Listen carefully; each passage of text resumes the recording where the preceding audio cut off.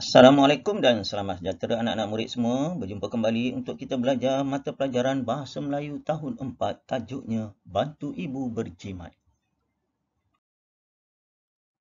Objektif yang ingin dicapai pada hari ini, cikgu harap murid-murid dapat mengenal pasti dan membina ayat menggunakan kata ganda separa mengikut konteks.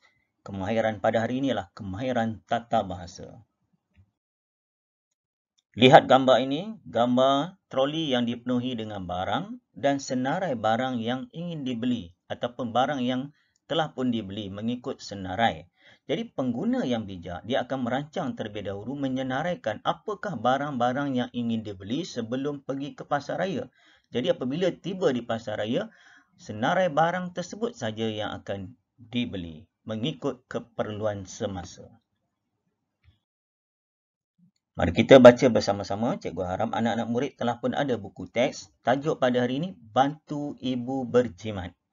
Okay, tajuknya Bantu Ibu Berjimat. Ada banyak cara kita membantu, membasuh pakaian, mencuci pinggan dan sebagainya juga bantu. Tetapi hari ini kita nak membantu ibu berjimat. Bagaimana?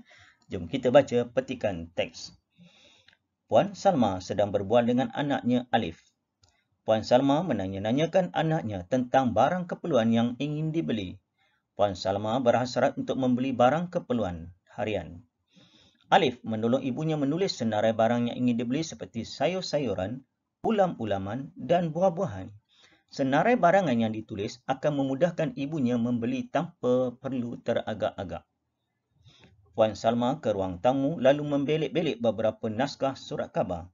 Beliau mencari iklan jualan murah. Beliau tertarik akan buah rambutan yang kemerah-merahan dan berhasrat untuk membelinya. Puan Salma mengeleng-geleng kepala melihat iklan tersebut. Rupa-rupanya harga barang semakin naik. Beliau perlu merancang perbelanjaan agar dapat berjimat cermat. Secara ringkasnya, dua perenggan ini menceritakan tentang Puan Salma yang berhasrat ingin memberi barangan keperluan dapur. Jadi, anaknya telah membantu menyenaraikan barangan yang ingin dibeli di pasar raya nanti. Sebelum pergi membeli, ibunya membelik iklan jualan murah dan sebagainya. Tetapi terkejut kerana harga barang yang semakin naik. Itu adalah realiti, nilai RM1 sudah tidak bermakna. RM10 setakat mana? RM50 boleh isi banyak mana dalam troli dan sebagainya. Itulah nilai duit sekarang. Perenggan berikutnya, Alif pula membanding-bandingkan harga tawaran jualan murah dalam talian. Beliau susah memilih harga jualan yang murah kerana banyak pasar raya mengadakan promosi jualan secara besar-besaran. Mudah-mudahan usahanya itu dapat membantu ibunya. Alif masih ingat akan pesanan guru kelasnya agar bertolong-tolongan sesama anggota keluarga. Lihat gambar, sayur-sayuran, ulam-ulaman, bertolong-tolongan, kemerah-merahan. Kata ganda tu.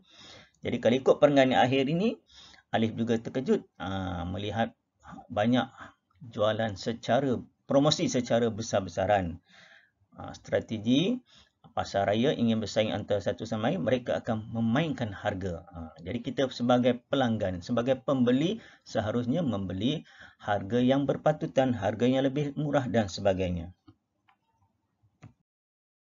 Hari ini kemahiran tata bahasa berfokuskan kepada kata ganda separa berimbuhan akhiran. Tengok musi cilik kata apa? Kata ganda separa berimbuhan akhiran ialah kata ganda yang menerima imbuhan akhiran. Contohnya, kenang-kenangan. AN tu kenang-kenangan. Doa-doakan. Tinggal-tinggalkan. Kata ganda separa berimbuhan apitan. Apitan ialah kata ganda yang menerima imbuhan apitan. Contoh, bersalam-salaman. Kata akhiran dia an. Salam. AN tu. Kata awalan dia ber. Jadi dia apit. Bersalam-salaman.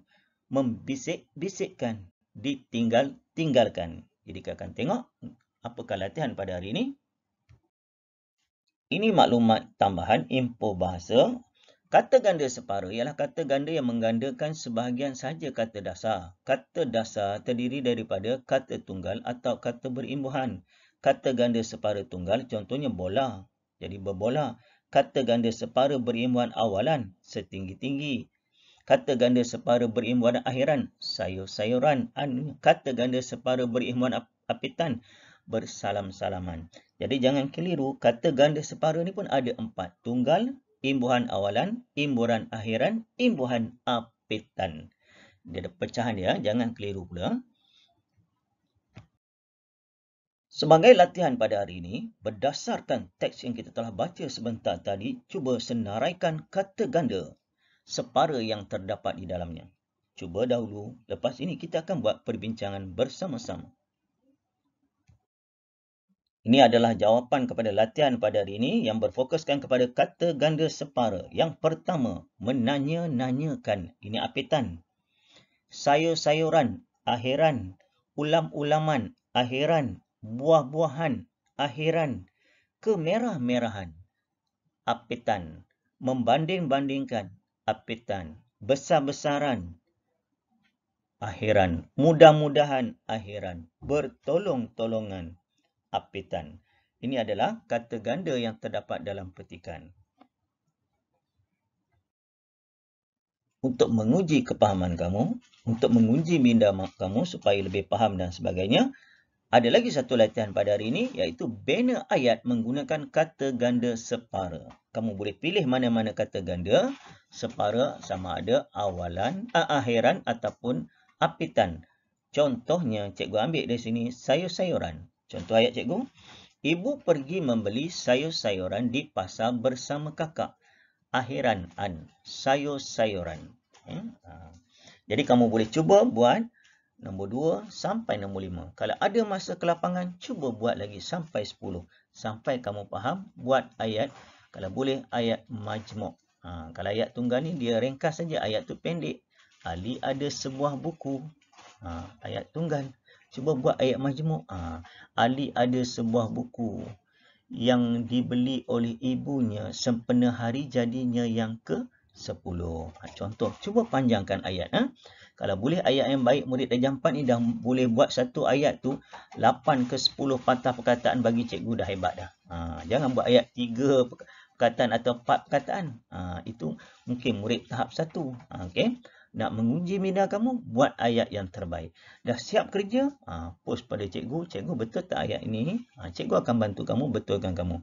Jika ada apa-apa yang murid yang tak faham dan sebagainya, boleh tanya cikgu dalam ruangan komen. InsyaAllah, walaupun kita berjauhan, kita belum berkenalan antara satu sama lain, InsyaAllah cikgu akan bantu anak-anak murid cikgu.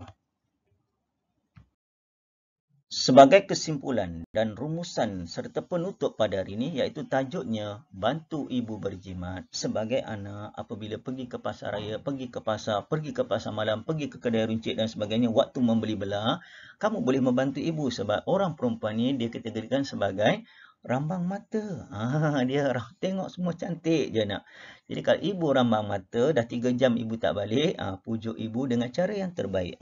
Ibu, kita beli barang ikut senarai. Kalau ibu nak beli lagi, bulan depan ibu boleh datang lagi dan sebagainya. Itu salah satu cara juga kita ingin membantu.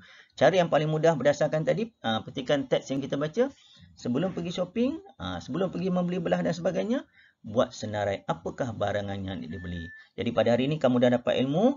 Jadi kalau kamu pun nak beli sesuatu, nak pergi ke mana-mana, buat senarai, sediakan wang yang secukupnya, baru kita pergi membelah. Itu saja yang cikgu nak kongsikan pada hari ini. Jumpa lagi bersama Cikgu Zul. Assalamualaikum dan selamat sejahtera semua.